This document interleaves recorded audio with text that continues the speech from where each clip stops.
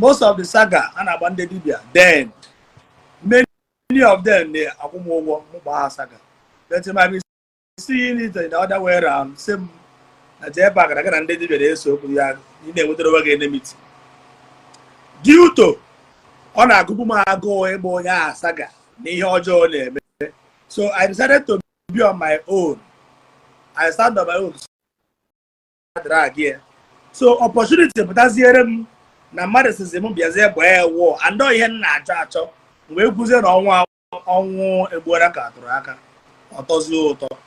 So we have not been in a quarrel, and since then I decided to be on my own. I watched 2023 from September, October, November, December. Why not drag? Because we're a level on Traditionen at 10. So now I found out that if I start dragging people up and down, you will get drag here somebody, your friend to your friend, someone that might give you a contract. I put only drag a brain because of that thing. So I want to be free. I'm working freely so that if I may come manifest. Mazi Jpac okwu apụ n'ọnụ. Ndewo. Ụtụtụ ọma o. Olee otu ị mere? Ya gazie nwanne m. Happy Solace. Happy Sunday. Ụbọchị taa mara gị mma. Ọ dị mma.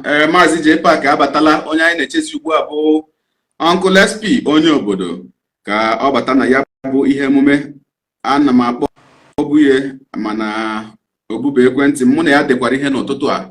Mụ na ya ka dechekwara ihe n'ụtụtụ a mana amaghịzi m ka onwe ebe o dowere ekwentị ya wee gawa mana anyị na-enwe olileanya n'oge na-adịghị anya ọ ga-abatakwa ma sonyere anyị na ya bụ ihe emume nke anyị pụtara ya bụ mkparịta ụka nke anyị ji maka ya wee pụta ugbu a mana unu mana onwe ya na-asị na aka klọk anaghị eche onye na-akwadobeghị ya mere onye nke batagoro abata ka anyị na ya bido ya bụ mkparịta ụka na mbụ Jpac okwu anyị ọnụ ọ ga-amasị anyị ma ọ bụrụ na ikele ndị Igbo ndị na-ege anyị ntị ma kọwakwanụ ha onye bụ ịkọwara ha onye bụ anyị ga-achọ ọtụtụ ndị na-eso gị amaghị ezigbo aha gị anyị ga-achọkwana ịmata ezigbo aha gị n'ọnọdụ a.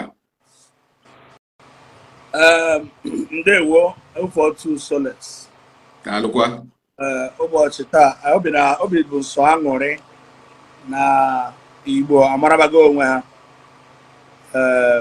We rise by lifting others. I ga na-atụkarị uche. Agwara m ndị mmadụ na most of the things lifestyle a na-ebi na Facebook different from lifestyle a na-ebi na real life. Ịghọtara? Life a na-ebi na Facebook, most of it bụ ka wee please your fans, ka wee nye ha ife achọ. But na-atụfughị oge ezigbo afọ mbụ Ambassador St. Joseph Ezinwa nwa amụrụ Igbo ukwu na Gbọmbadike Kingdom of Anambra State, Nnewi South. Local government onye eji Chief of Staff wee mara. Ọ dị mma Maazị Jpac okwu anyị ọnụ ọ sị na aha ya bụ Maazị Joseph nọkwa n'aha gị ọkụ ya. Ndị na-ekiri ya biko nụ Joseph. Ọ dị mma anaghị m anụchi ihe na-ekwu ime ụfọdụ oge ịnabata mmadụ na live video volum abịa gbatuo amaghị m ma ọsọsọ na ekwentị nke m ka ọ na-emekwa ndị ọzọ. But ana m anụ ihe na-ekwu clearly. Ọ dị mma ọnụ gị ka nsokwa wee na-anụ ihe ị na-ekwu. Onye obodo na-akpọ akpọrọ m ya na WhatsApp ya anaghị agazi aga ugbu a mana anyị deburu ihe n'ụtụtụ a mana nsogbu adịghị ka anyị na-agbapụkwa ya ọsọ. Maazị Jpac okwu anyị ọnụ anyị ga-ebidogoro n'ajụjụ nke anyị nwere ịjụ gị tupu anyị abanye n'ihe ịrụ ụka nke gị na Uncle SP nwere. Ajụjụ mbụ anyị nwere ịjụ gị n'ụtụtụ a bụ nkata anyị pụtara ịkpa. Ịma na n'oge gara aga mụsị mgbe ị ka nọ n'ụwa ka ọ gị na mụ ka m ga-esi etinye ya n'oge gara aga ịbụ otu onye n'ime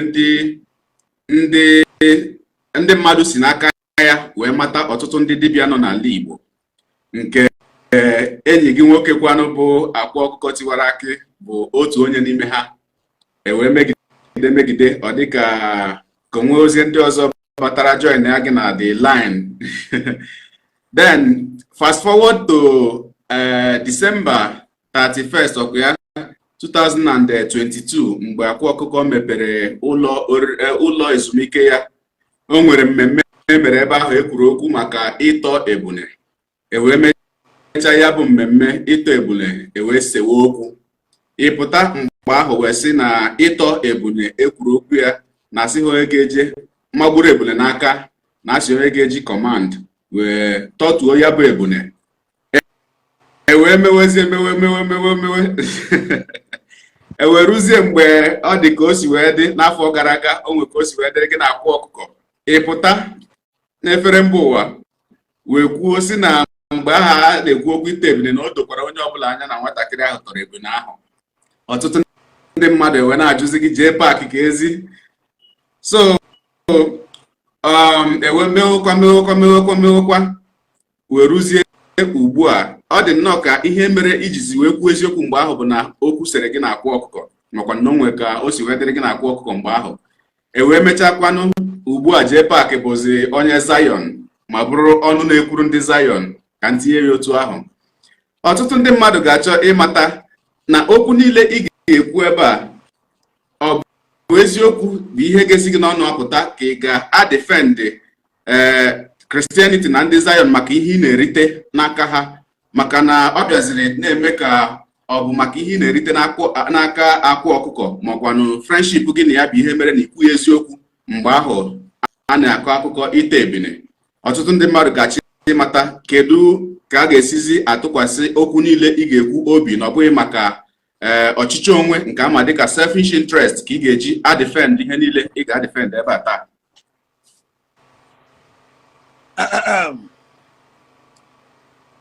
Ka m bido na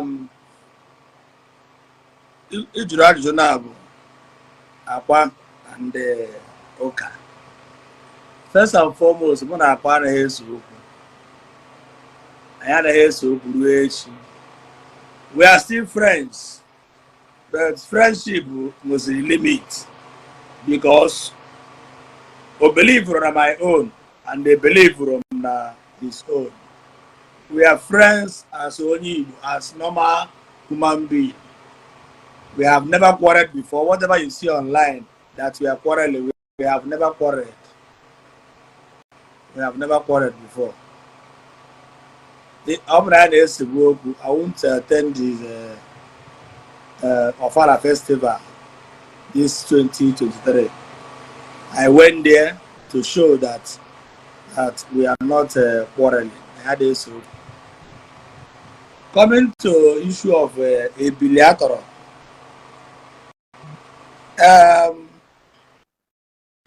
Just like Nigerian not here, we go never your own instruction or never it is to check see me if Obrigado fake, yeah, borrow fake. Obrigado number of fake, yeah, borrow fake. But I equal. You know, I always like to stand on the truth, no matter who it may affect. Coming to the issue of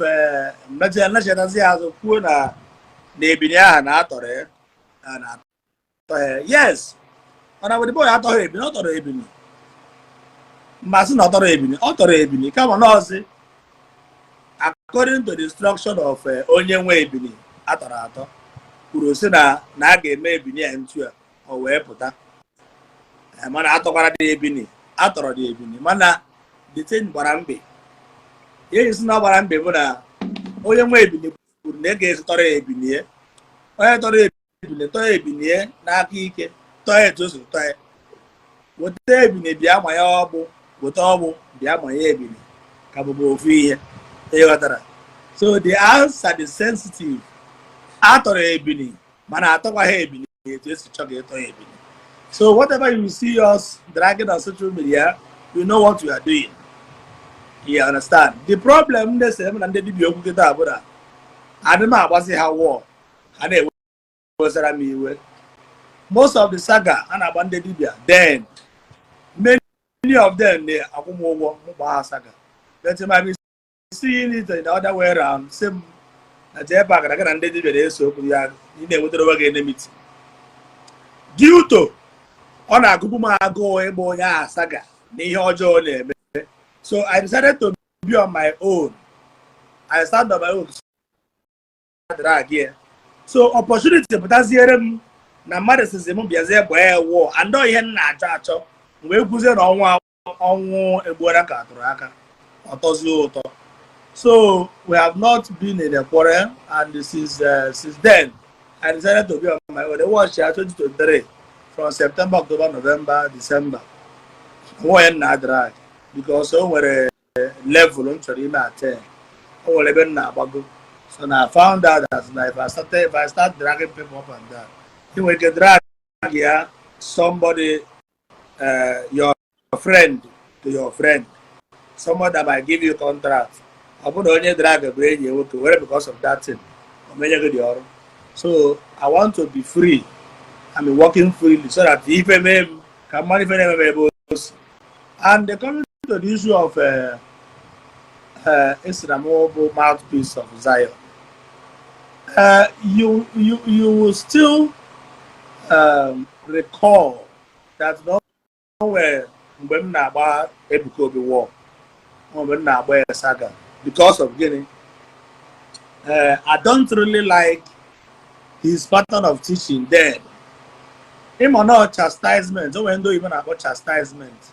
Chastisement is a bit guarantee. Open other guarantee. You take a correction. If just like a lot of people are dragging me, Jpac, go and know what to do to your stomach. You know, for believe.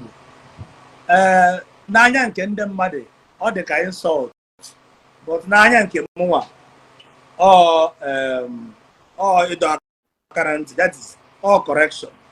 But I never have married Jpac. To me, I pick that insult as something.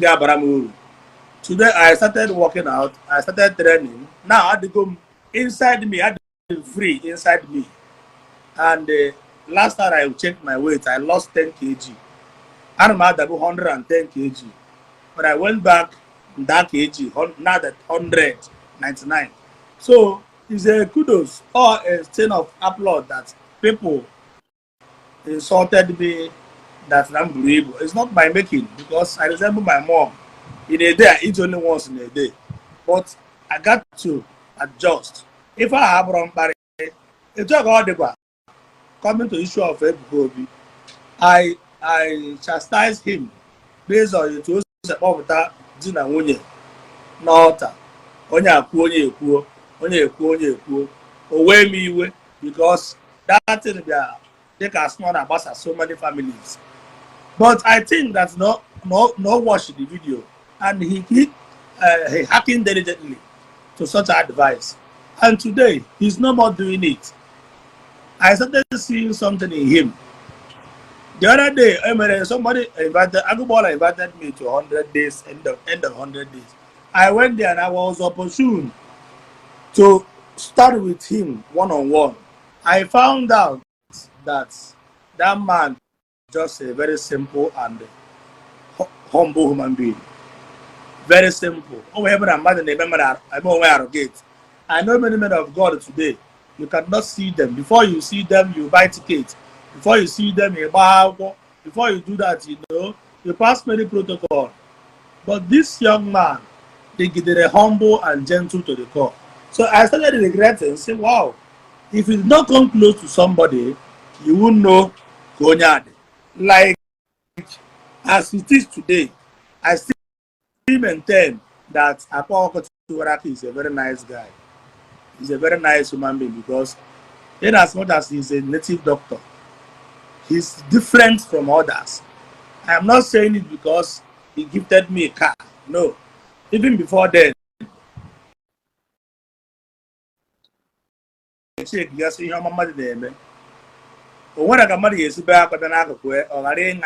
times. There's no way somebody will see back, but all the drag in and drag native doctor, I drag go and take more than that. Still, he did not react. He see it as a promo. He see it that they are doing free promotion for him. That you know, we had a maturity. All these things, overall, you know, at the last day, many pastors will go to hell. Many bishops will go to hell. People that you think that they are most righteous, you might see them gnashing of teeth because of if I had a pitch garden. Many native doctors today, I know, you might see them tomorrow. They will be in the right hand of God because if you had a good righteousness and self-righteousness is very important. That you know that this is crime. Don't commit crime. I don't know your money. Everybody for a job. I know that this is evil. I don't do it. So I am not promoting and nobody pays me. I keep on saying it. Nobody pays me to talk about Zion. It's just that I just started liking them. Like, so there's over many of my fans who hate me before, who hate what I'm doing before. But at a time, they started liking what I'm doing. That is life. Somebody that hates you today will be a person that love you tomorrow. Somebody that love you tomorrow might be somebody that hates you tomorrow.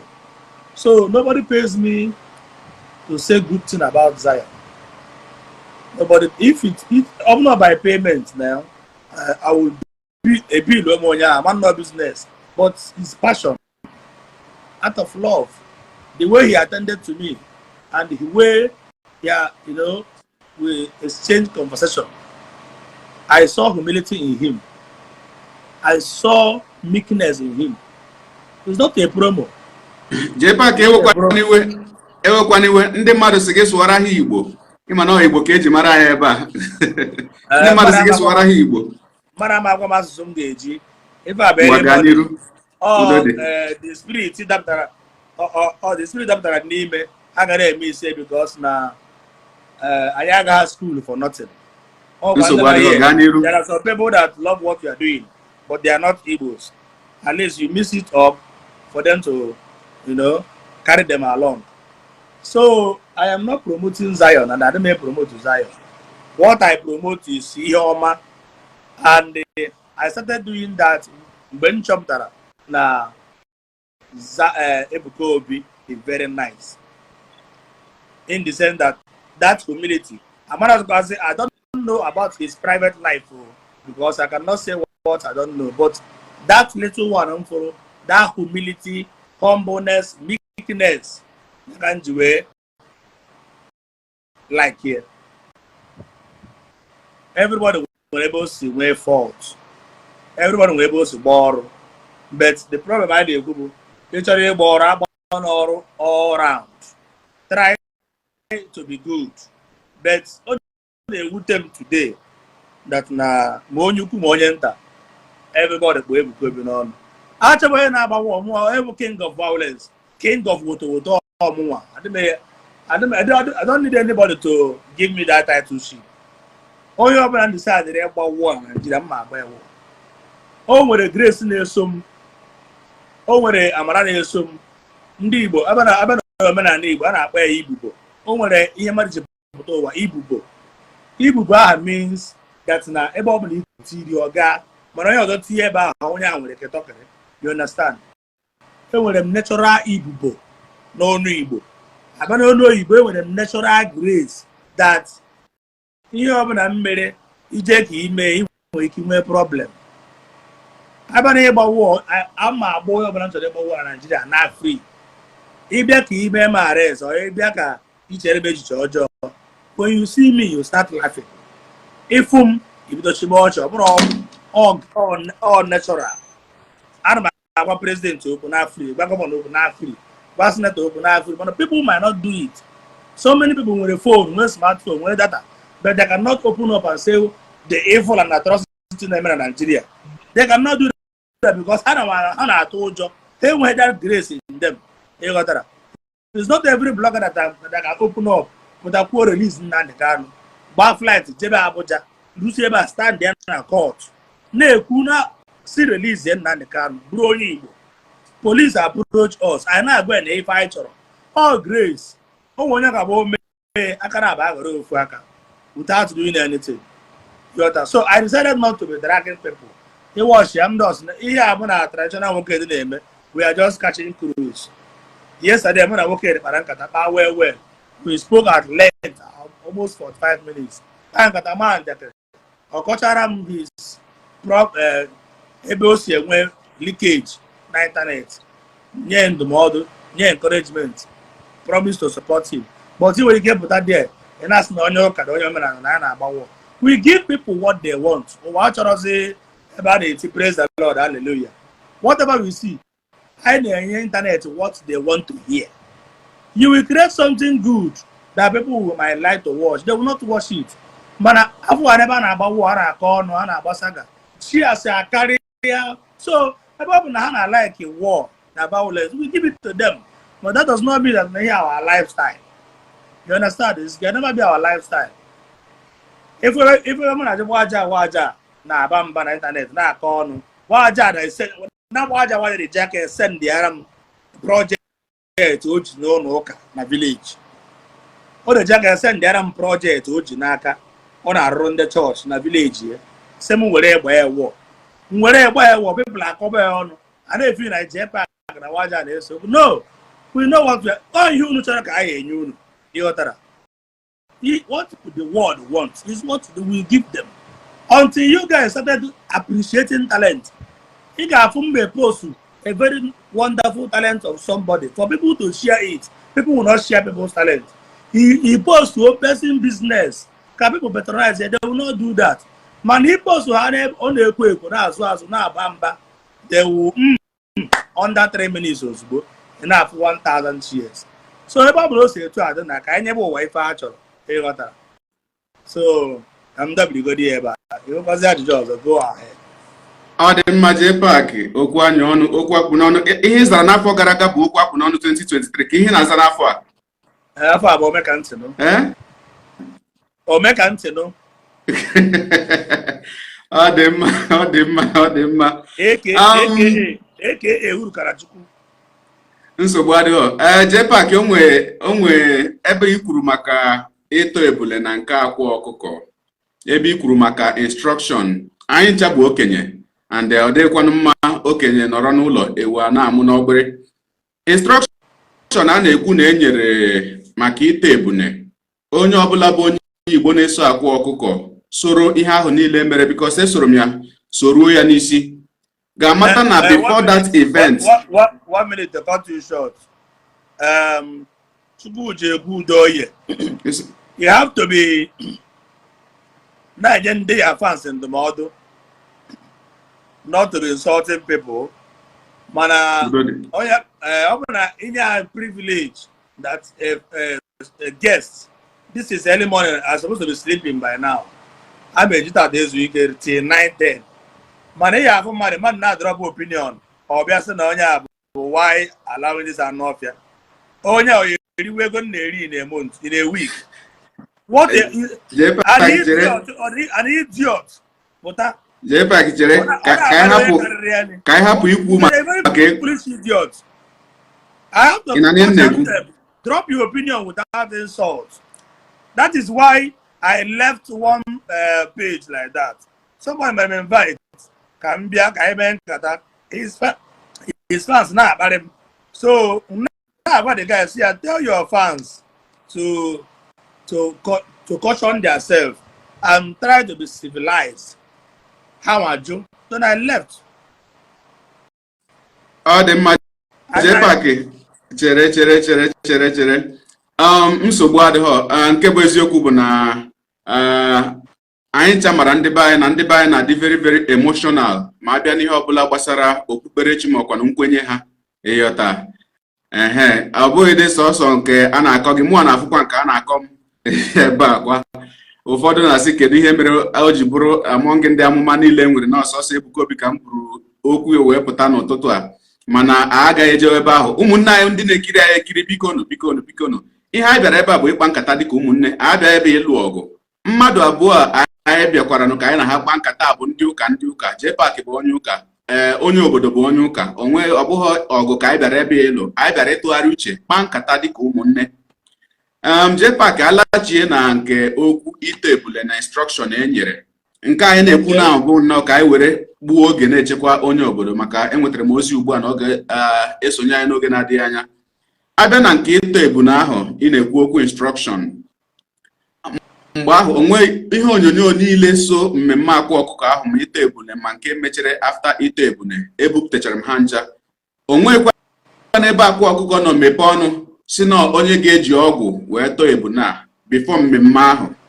Ihe akwa ọkụkọ kwuru bụ onye ga-emenwu ka ebune a si na tebụl a rituo, onye ọbụla ga-emenwu ka ebune a bịa n'ala, onye ga-atọ nwa ebune otu a ka o si wee kwuo ya. Onwe ka o si wee sị onye ga-enye command maọbụ nnabịa onwe ka o si wee sị onye ga-enye command ma ọkwa na onye ga-eji ọgwụ wee tọtuo ya, dịka isi wee pụta mgbe ahụ wee sị na ọ sị na onye ga-enye command. Onwe ajụrụ m ese jụọ onye ọbụla ndị na-akwado akwa ọkụkọ kwa nwanne anyị ịyọta. Onwe uru ọ ga-abara m ịkatọ akwa ọkụkọ n'ụzọ ọbụla.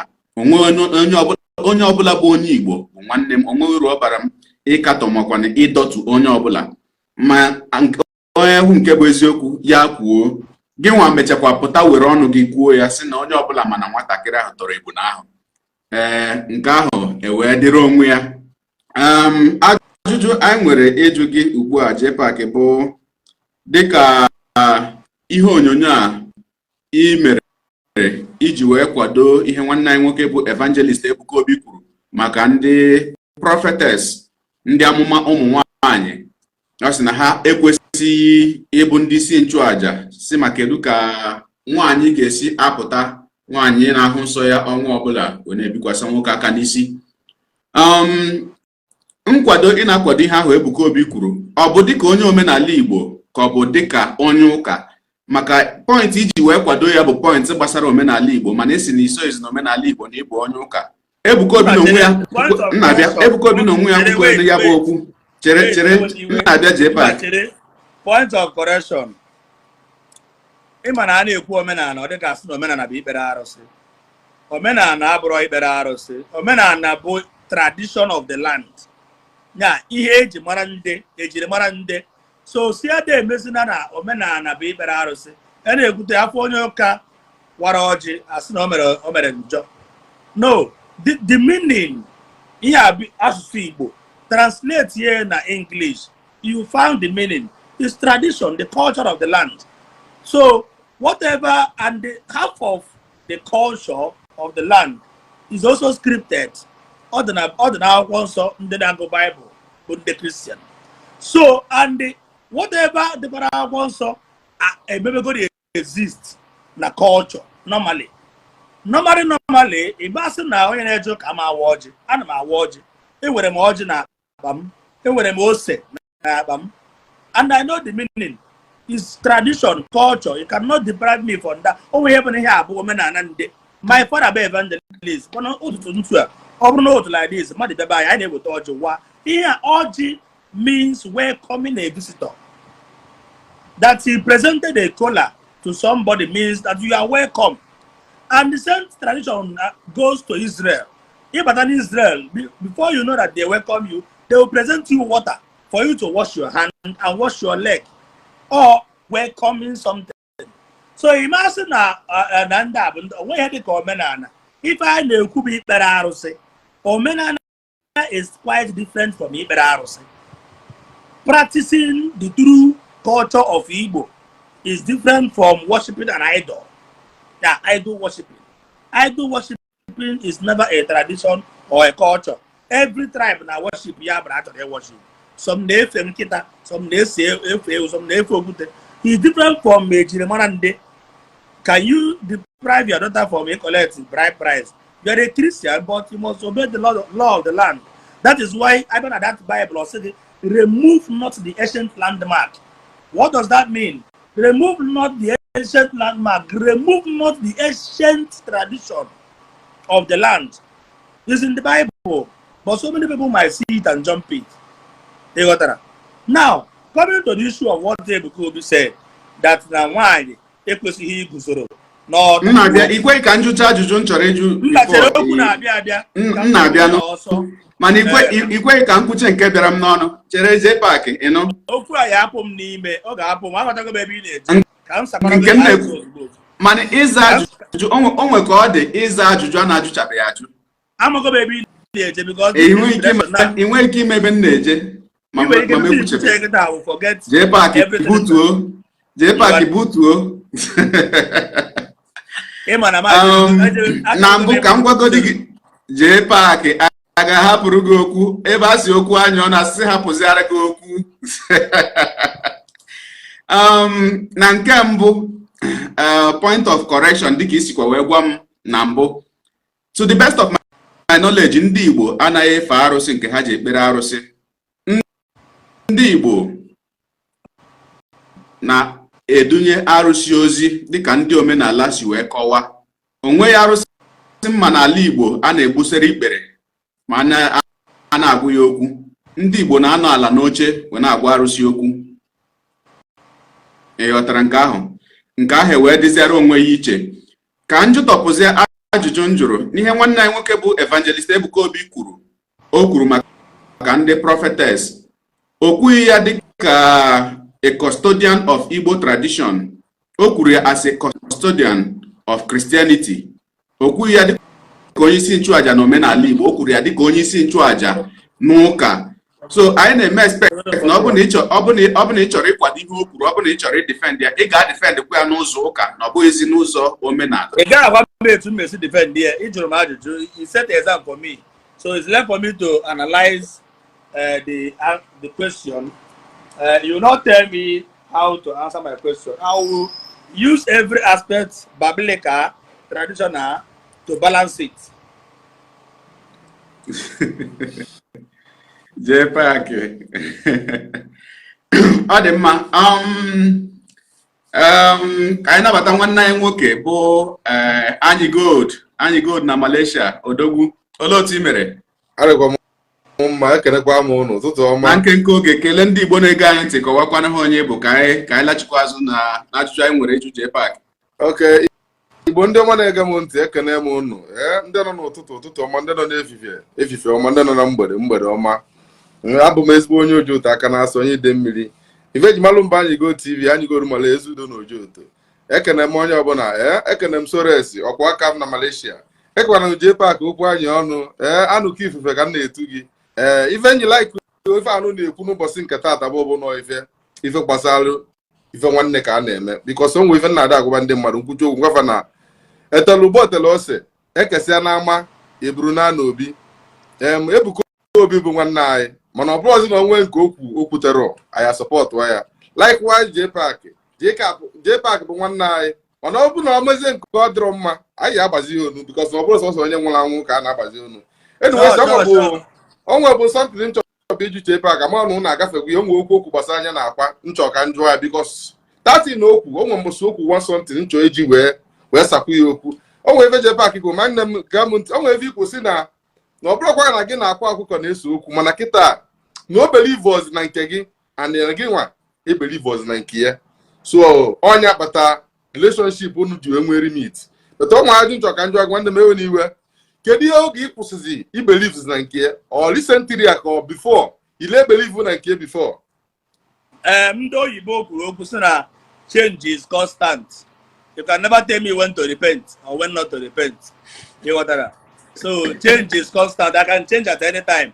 Tomorrow I might decide to be going to Muslim. It's not of anybody's business. So I have seen the light. See, let me tell you, I'm going to na onwero traditional, onwero native doctor na Ndi Igbo nwere power. Mwa kwure onye chọrọ abịa ka anyị nwe aka. Onwero nwere power. As long as ị na-apụta na social media, na-apụta na Facebook, were phone na mana na-abụ na-use na-eme onwe gị advert, ọ ga-enweghị single power. Download this part and post. As long as need phone na gbara ihu ụgwọ na-agụdo na-egbu ọbara na-egbu ewu si bịara gị gbaa afa m, ọ ga-enweghị power. Ngwa ajụkwa nga ajụjụ, which means okay ka I believe on ife ikwu na ngwa pastors kwan ị na-akọ na pastors ọbụla na-apụta na social media nwee power na fe nwere power? Answer me this question. Pastor ọbụla na-apụta na social media, everybody na-apụta na social media, both native doctor and pastor, everybody they are advertising their religion or their ministry. So power. Be you pastor or be you here you categorize na a native doctor on social media. In the olden days, when there is no phone, even today, I know so many deities that you would have phone, even in my village, you would have phone to make a video, phone that are born more. They will tell you never to video anything. Don't video. Phone that are born. All that in my village. So so which means because him and Neku so some native doctor. Now native doctor na put on social media and power. When say have a pastor, when even Akwa Okuko, my pastor, my native doctor. No one over I know it's live. But yeah, where pastors on social media and power. I man so better. I where pastors because all of them are in social media. For me, I like him and them power. Na social media, and I like this over. If Ejurum, the aspect na native doctor. Yeah, is Zambia fan. Native doctor where power. So Amara Makandoka. Mbai kwasi makwa. Get his master can me ya ma. But I will call him. I need him because a lot of people are watching us. Because now I have never have. I'm about the prophets and the past him. I'm about him. Do you understand? I'm about him. So in general, here originality of Ndi Igbo. That's not a true Omenala. Bobble, a true Omenala Igbo. It was simple that they were out. The reason why Faji Tabani Rock now. Internet puta social media all this is in I'm internet yeah on your channel internet Western world abi yes and we are going back to our roots. Why not create our own app and be using our own app? People are developing app very soon. No, you can't tell me, brother. You know what I'm saying. That technology has to go over everywhere. So China now go back to their root by Haneji the talent, their own god where now robota technology. Kedin kaina ro by Wabundi. Okay, I want to ask you this question now. Thank you. China. Jpac, let me ask you. I'm a Chinese woman. I'm not Chinese woman. I follow my Chinese woman do their own culture. Their spiritual power is more than Fama. China sacrificed to the gods more than we Igbos. Only even August month and they make every August and September. Last year, Galaga Melomia. He got Chinese. Okay, what ego carry more than 5 million naira born why and now we go connect apples in my page. And I'm not now. I go more China, yeah. Even the man of the matter in one I know Chinese culture. That sacrifice, that's their goals. Near inspiration and power to create and do more technology. I don't want to sacrifice na Miri na River Niger, na River Benue, na Miri na Mawanjeni na Meza wine. Miri na remember that Abani. Can do if our own sacrifice in Meterabo, the highest ogbu. I will give what today. Highest as an agro. Mother they correct or a mother they teach the poison because that one be very easy. If my mother poison 100 naira, yeah, so can the science that our say maybe that maybe the guru can the science say baguru I do with the okay can Ebola and I hope the wrong Ebola answer is no. Can HIV better? I hope they would all HIV. The answer is no. COVID-19 putara. I hope they would can do here. Are you COVID-19 because of COVID-19? Joanna not here. Most of Africa is not in Malaysia. All few people are very recent. Bunde butela COVID. Polo kuna pa kuko kainu bidolo.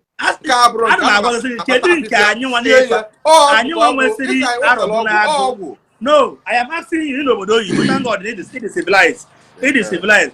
And you want to see the bunch of Arabunago, his family, Arabunago, Okite, Okawele. Even in a high way, care scientific reaction or aspect. Here, I hope to at least, okay, in England today now, how are you go robots? I am another Nigeria go 99 pieces. Nigeria go 99 pieces. I robots, I jaro, no. Robots are run in 72 hours or raw for and palo. Currently, now they $250,000. Currently now, in England, and Manchester, every country that to put out of Atunka can do if I knew one. The only people who say register, Rupotife, Nambochi, which I can testify, but those people who travel, like, for example, Bagada. One of our Igbo brother, Obi Bagada. Oh, Ogura UNN graduate and where now we're now Scotland and Glasgow University. Or wherever where Rumuta atomic bomb by no Biafran war. Oh, Boni Igbo. Oh, Ndosha or their food the brand only. Or where the workers are atomic bomb and chemical reaction. They did not come and pick native doctors, not there, but they picked him because of his intellectual. Now, all those people in all these ammunition I know that Biafran war, they were like Ojugu school in abroad. All those people now with their talents, and those are pick see our talented people. Pick here, Jakuzera, here's our atomic bomb. Philip Emma one of them, and the rest of them are Professor Chikobi at them. Hanine Professor Okongu. All those people need them, all of them, they were once schooling abroad. Have pick and them agua. Habu ziot war GL as a dibia. Habu tes a dibia over Jam Ma Arabunago Mando Kite. All those people need an agua job when I fancy now be made into a forward until disappear. People that disappear, all those people need to disappear. They beg Apora. They did not pick them, but they pick our intellectual people. What I had over doing about how more is our research technology. Why didn't they pick those people? And they were the people that brought education. And that education, without that education, all those our people now. But then always number one scientists in America. They cannot be able to come back. I'm not trying to badmouth our but in the group, our no, they see about Bobia, Bondolo Harosiani, Tiana, Ketie, because on our run. Our gods then be very greedy and wicked because now he didn't want to impart knowledge of wisdom to underneath Arosia. Kainwe the knowledge either atomic bomb, Kainwe knowledge either missionaries, Kainwe knowledge either all those things actually either Arosia is the very wicked and the very greedy. Or be no, you always the book, or be where is the knowledge? Ba on your chat, name with paracetamol, bundle Arosia like this, Keshi and Agua, flight. Now, what over do you go? Where is the Arosia now of the right handset? Now of the right technology. Now go to Facebook office in Dublin. Even a Facebook office in Dublin. You got Ebe Magazuka Bank, Koyeri Isi Ebini. Yeah. Isi Ebini. Otoga and have Bobo. We are following Facebook Magazuka Babadaya, following Otoga. If I Bogoka, Magazuka Koyeri, the office. O mere video say photo. You talk and download, go see. But wherever English, bear. Where is your go? Need an hour on a buy and now keep look all the whole strong Dibia needed.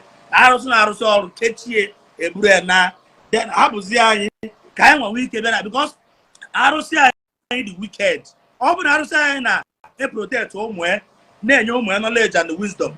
By now, I am against the number one. Man, Arosia, but she, he did not want to give his children. Coming here, remember, over his ways, him again. Agora, I'm going to keg block, got to a milli. Over against Rebecca, Oroja was no Yabus. Over the outside, the wicked and greedy. Where does look at ours in the China?